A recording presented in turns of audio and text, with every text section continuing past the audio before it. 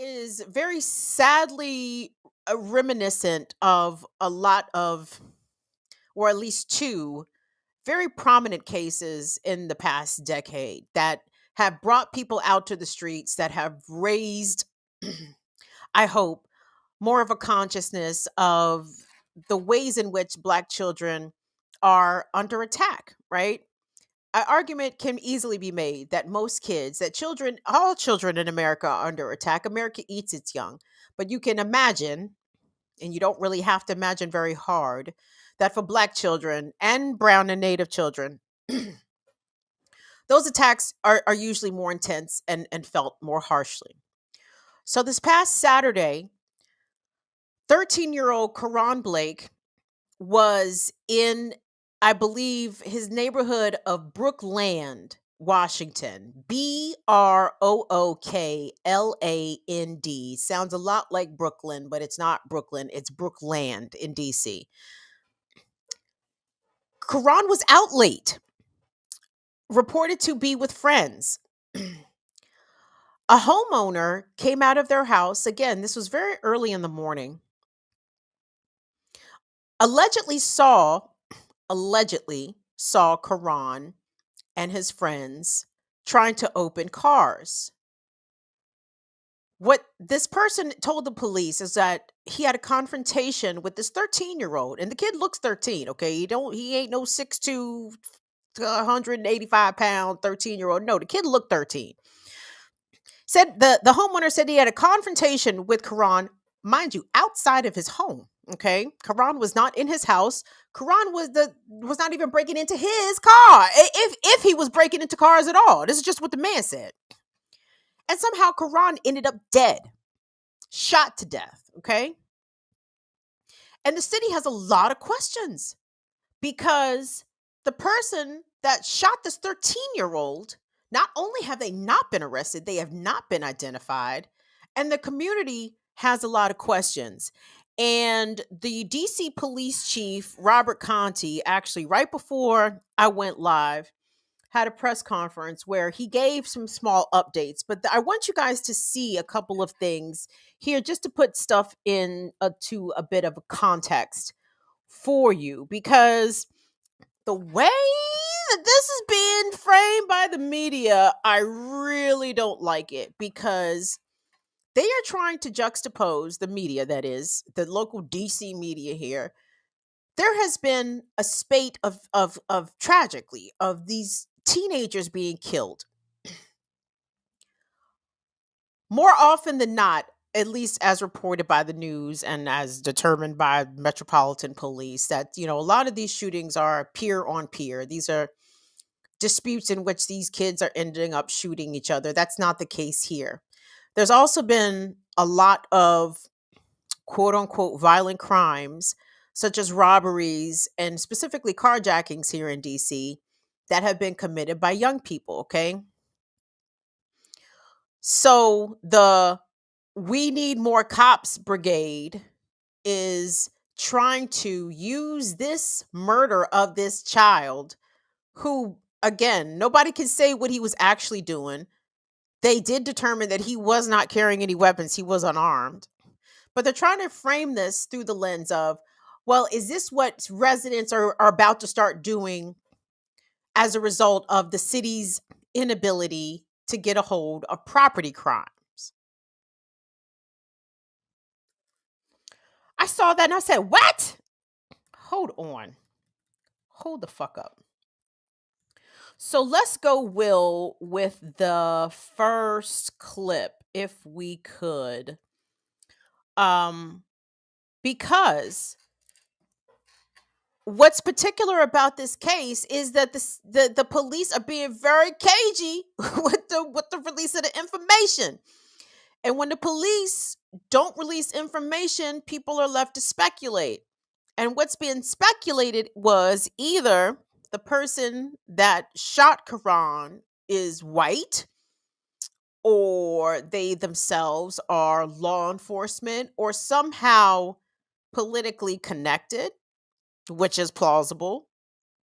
Let's take a look at this first package. I believe this both of the what we're okay, let's take a look at this first thing. This is from Fox 5 DC. And again, I just want you to pay attention, especially towards the end when they talk about what Karan might have allegedly been doing the night that he was murdered by a stranger. Let's take a look. Police have not arrested or identified the man who shot and killed 13-year-old Karon Blake. D.C. police say they are now working with the U.S. Attorney's Office to determine if there will be any criminal charges. Meanwhile, tonight we are learning more about this young man who was killed. An email to parents from Karon Blake's principal describes him as a quiet and inquisitive sixth grader who loved football and fashion. It says he leaves behind his mother and 3 sisters, and the Brookland Middle School community is grieving. It's a tragedy. Ward 5 council member Zachary Parker says he's been trying to find out what police know about the deadly shooting here on Quincy Street that took Karan's life. And I'm at a loss for words of what would possess a resident to take matters into their own hands and take the life of a young person. He says he's been hearing a lot from constituents since taking office less than a week ago. One is just the amount of crime and incidents happening across the city.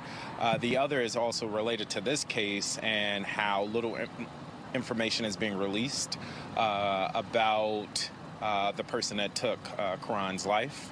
And so I'm joining in neighbors and calling on MPD to release information and to hold the individual accountable. Police say the man involved owns a home in the area, that he came out and confronted Karan and ultimately shot him multiple times. It happened just before 4 in the morning Saturday. Police say there's no indication at this point that Karan was armed. They say they found a stolen car in the area linked to Karan, and neighbors report seeing 2 other juveniles running away. Say pop, pop. Neighbors heard the gunfire overnight. Normally, this is a nice, quiet, easygoing neighborhood. And I've been here about 30 years. Police say the gun used is legally registered, and the shooter was performing CPR on the boy when they arrived on scene. They also say the man had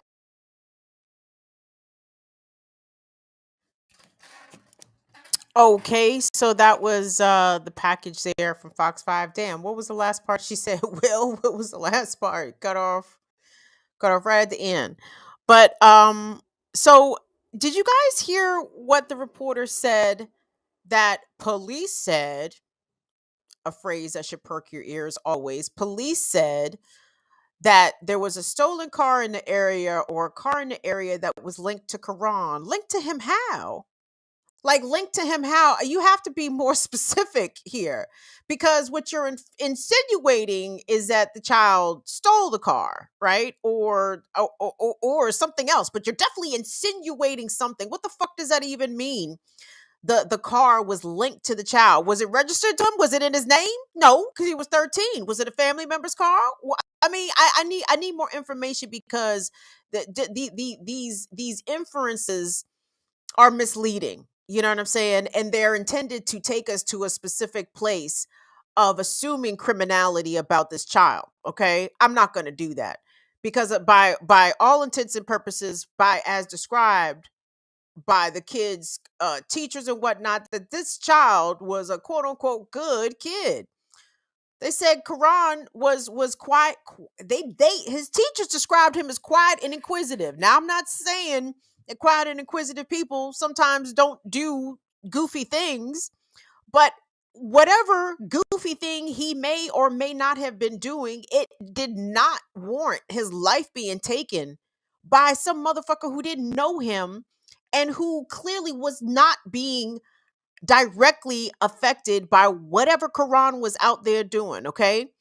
Now, I take a little bit of issue here with a 13-year-old being out at 3 o'clock in the morning. I don't care if it's Saturday, Friday, Sunday. I don't care if it's summertime. I don't care. Like, my 13-year-old would not be out at 3 and 4 o'clock in the morning. But again, him being out does not mean that he deserves to be murdered. But at the same time, there's nothing out in the streets for a 13-year-old at 3 and 4 o'clock in the morning. So I need to know why he was out there. Okay. Even if he was, like, I suspect, doing virtually nothing that could have warranted this. He should have been home. He absolutely should have been home. Like, make no mistake about that. But him not being home does not make him at fault for him being murdered. I want us to take a look at an excerpt from the press conference with DC Mayor Muriel Bowser. Now, I don't really care for Muriel, okay? I don't really care for Muriel. Muriel's very much a corporate mayor, okay? Just think Keisha Lance Bottoms, but hair not as laid, okay? like Keisha Lance Bottoms, for all of her flaws, her hair was laid with a T at the end, late. Every time Keisha Lance Bottoms got on TV, Keisha Lance Bottoms' hair was laid. Now, Muriel's hair do not be as comparably laid. And I don't care for Muriel, but I will say this. I can appreciate Muriel's overt irritation with the media, okay? Because she is always annoyed with reporters' questions. She doesn't have a problem conveying the fact that she's annoyed. And I wish I liked her so I could like that more about her. But this clip was posted to Fox 5 DC reporter Stephanie Ramirez's Twitter page. And again, this is her clip. She posted it. But I'm trying to be nice and generous here because the way she's going to open her question, or the clip at least that she herself posted, it's not framed very well, because she's talking about this child being murdered in the same breath as she's talking about property crimes, okay? There is no property that is worth the life of anybody, least of all a teenager, least of all a 13-year-old boy who was unarmed, and only by the word of this alleged shooter is alleged to have been doing anything wrong, okay? So I want you guys to hear the reporters ask Muriel Bowser, and Muriel she's a smart politician. She is not on the side of Black Lives. So first of all, okay, I know she painted Black Lives Matter Plaza. Okay, that was what, and then that's about the extent that Mayor Bowser is going to give you for Black Lives, right? She's going to give a very pat politician answer. She stands with her police chief and her department. Make no mistake about that. Um, but she wasn't about to step in the shit. Let's put it that way. So let's take a look at this. So the opening question is coming from Stephanie Ramirez, and then you're going to hear Channel 4's Mark Seagraves, who I definitely take to be a stenographer of the mayor's office. Like, he always gives favorable coverage to the mayor. I'm like, God damn, Muriel must not do nothing wrong. Let the local TV news tell it, because they'll never report on her doing nothing wrong. But anyway. So check this out, y'all. Just be listening very sharply. I want to ask you a response to that, but first, how much of this happening, this incident, do you feel is because of the city's inability to address property crimes, such as what you're speaking about? Well, first of all, we would rather be talking about a 13-year-old going to school today than to talk about him being killed on one of our streets. And I am incredibly saddened by that. I know that MPD is working on this investigation, and it's ongoing, and they are in consultation with the United States Attorney. Can you speak to your conversation with police? Do you know, first off, if there is surveillance video? I can't speak to any of the facts. Do you feel that the shooter should be identified, even if they're not charged? That's part of the investigation, and it's ongoing. Any message to the community? Obviously, this is my message, and my message is, in any time, for any reason that there is a public safety concern, residents should call 911. Our operators are there to answer their calls, and the police are there to respond to any concerns that they have. So my message is to call 911. Yep. Just staying on this topic for a second, the narrative that we know so far officially from police is that this resident who had a legally registered weapon with a concealed carry permit heard commotion outside late at night, went outside, confronted a 13-year-old, and shot him dead. Is that acceptable to you? I mean, somebody left their house, they weren't breaking into their house, they went outside to apparently try to protect property and use lethal force. And that doesn't happen every day in your city. No, it doesn't. But also, Mark, I'm not gonna talk about any of the facts, and I'm gonna allow the police to complete their investigation. Do you think using lethal force, a resident using, what's your message to residents who I just told you, if you feel that there is a public safety issue in or around your home, call 911. That is the appropriate.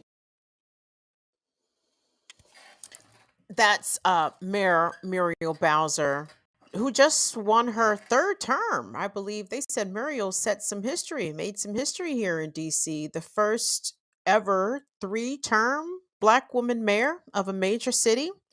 That's her. That's her. Wanting to fund the police to the gills. Please believe it. Gentrify the fuck out of DC. Please believe it. That's Muriel. That's her right there. Muriel's, like I said, smart politician. She won't go too deeply in this, but I will say, I guess from her perspective, as much money as she gives to the police, she's like, please call 911. Please don't, please, we do not need any of this. But obviously, to me, the story of Karon Blake, which is still an unfolding and developing one, and our deepest condolences, surely, to Karan's family, to his friends, to his schoolmates, to his teachers, to people who knew Karan in the community. Our deepest condolences go out to you, and hopefully, the person who took Karan from his family will be held accountable. Now, literally, right before I went on the air, it's 8 o'clock. Right before I went on the air, Chief Robert Conti, Metropolitan Police Chief Robert Conti, black man, first black police chief, Robert Conti, got on TV and was angry. I mean, like I said, this happened so recently I wasn't able to pull the clip, but Chief Conti was pissed off. He said there was a lot of misinformation being disseminated in the community. And he said he wanted to make a couple things very clear. He said what he could say, and I'm quoting him here. He said what he could say about the status of the investigation and the person who is known to have pulled the trigger that killed Karon Blake.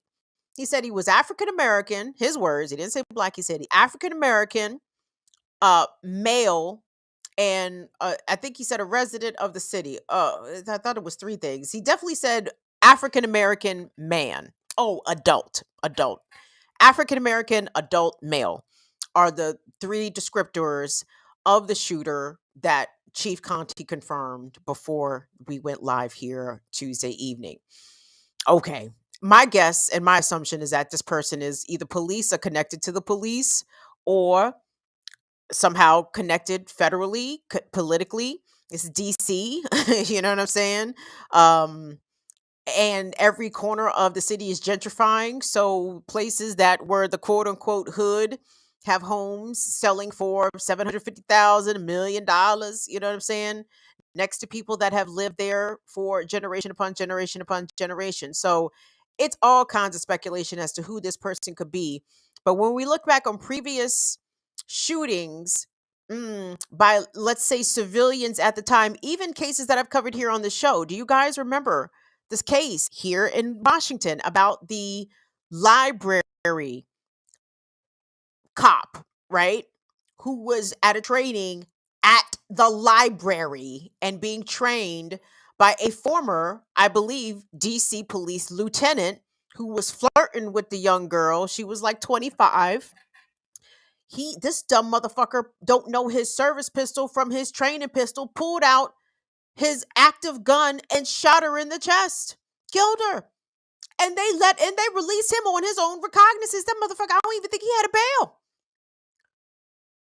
And her family's very upset about that. Should be. So the level of protection here clearly being offered by DC police tells me that this is a somebody. Whoever killed this young boy is a somebody.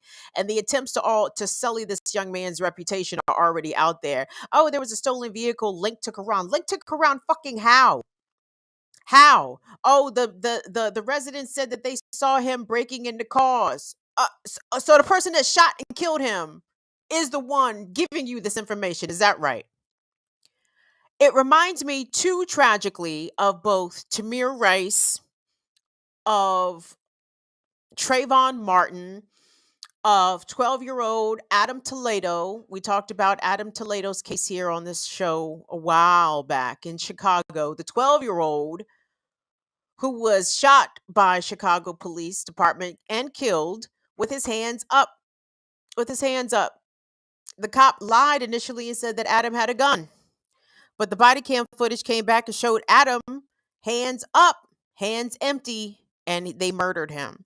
We know what happened to Trayvon. He was shot and killed by vigilante fucking white supremacist George Zimmerman for minding his fucking business. Trayvon, that is, minding his business. And of course, Tamir killed in Ohio by police while Tamir was handling a BB gun, which in open carry Ohio, Tamir was legally allowed to do. And it makes me very sad to hear that the person who killed Karon Blake was a black man. Was a black man. And not our, because I know we don't think that way. Because listen, if I saw somebody, well, if I had a car, let me put it that way. If I had a car and I saw somebody fucking around with the car, nigga, take the fucking car. Imagine me coming out of my house, like literally leaving the front door to go off of my porch to confront somebody on the street fucking with my shit. And another interview that happened on the news before I came on, they interviewed, Channel 4 did, interviewed Karan's grandfather. And Karan, this is what Karan's grandfather said. Karan's grandfather said, he said, even if the boys was messing with the cars, he said they wasn't messing with his car. They wasn't messing with the alleged shooter's car. So motherfuckers is out here trying to play hero, play cowboy over shit that don't even belong to them. And even if it did, it's property. You have insurance. I understand all that shit is a pain in the ass. I understand the levels of these kids. I mean, my mom and I, we were around Hyattsville, around PG Plaza. What going to Carolina Kitchen to pick up some lunch. And what did, lo and behold, what did we see? Because there's a movie theater right there. What did we see? Yeah, we saw kids trying cars. What do you think I was gonna get out and confront them? Excuse me, kid. Can't do that. Can't do that. I also wasn't gonna call the police on them either, because again, it's property, y'all. It's property. It's not that deep. And the amount of so-called violence, and I'm not here to downplay the levels of violence that have been experienced in cities like Washington, D.C. and Baltimore. D.C. last year, the murder rate was 203. 203 people were murdered in D.C. That number was north of 300 in Baltimore. You are seeing these levels of violence and alleged property crime is because the disparities, the inequities are so great. We are looking at chasms of income inequity, wealth inequity, access to education and healthcare, increase in wages. Like these cracks in our system are now chasms. And unfortunately, the youth are bearing the brunt of a lot of that. If their mom and dad and guardians can't provide for them, or are too busy or too exhausted providing for them to give them proper supervision, man, these kids are going to be out here wilding. And instead of pouring all the money and the resources into the fucking cops, maybe keep some of these rec centers open 24/7. Maybe make sure that the kids have enough equipment.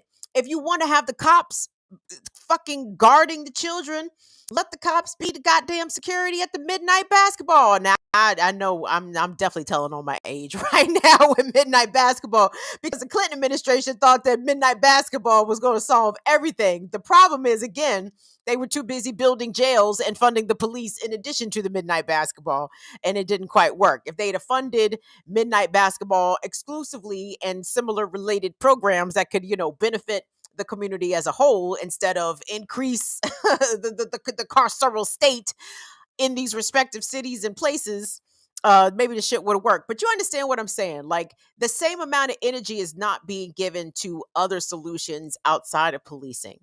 And again, I hope that whoever killed Karan is going to be held accountable. And just as a FYI, in the District of Columbia, number one, gun laws are very strict. So I also think that the intentionality behind mentioning that this shooter had a legally registered firearm is to give the air of respectability and credibility to that person. Like, oh, this wasn't one of those street thugs with one of those illegal guns. No, this was a registered, legally purchased, blah blah blah. Okay, cop, not necessarily a cop, but it's sounding copish, sounding very copish.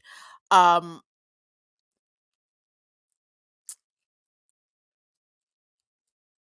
I just want I just want our kids to be valued out here. I don't want people looking at these kids and thinking that number one, they're scary, or thinking that number one or number two, that they're coming to harm you or take something from you. There these are crimes to me that can be of desperation. When kids are breaking in cars, when kids are stealing cars, some of that shit is fun, some of that, I mean, not fun for me and not fun for for the car owners, I know, but it's what they're doing for fun because they don't really have a lot of options, okay, and no one's clearly watching them and supervising them. And I don't want to lay any blame at the feet of those who are watching him. But goddamn, y'all, it's 10 o'clock home. Where the fuck your seeds at? You cannot have your teen, seriously, your brand new teen, your 13-year old out here running the streets because there's nothing there's nothing good out there for them. Okay, even if they are not doing anything wrong, someone could mean them harm. So it's important to know where your children are for their safety and for their own protection. Okay, so I just wanted to say that as well. So I'm gonna keep following this story as it pertains to Karon Blake. Um, I'm glad that people like Bernice King, Martin Luther King's daughter, and I think the Martin Luther King Foundation, they tweeted out something about Karon Blake. So if you see this story start to pick up some traction, pay attention to it, amplify it, spread it around, because it doesn't matter to me who killed this kid. If it was a white man, if it was the police, if it was a black man, I don't give a fuck who killed him. There has to be accountability for the murder of a 13-year-old, okay? A 13-year-old that was not doing you any harm, not meaning you any harm, who was unarmed and not being violent in any respect. Like, you cannot be allowed to just be out here walking the streets free as a bird when you murder 13-year-olds, when you come out of your home to go out of your way to confront a 13-year-old and you end up killing him. You don't get to be free. And in the city of DC, the only justified use of lethal force is if you were in fear for your life. There is no way that this man was in fear for his life, came out his house to confront this child, and in fear of his life. I don't think so. I don't think so. So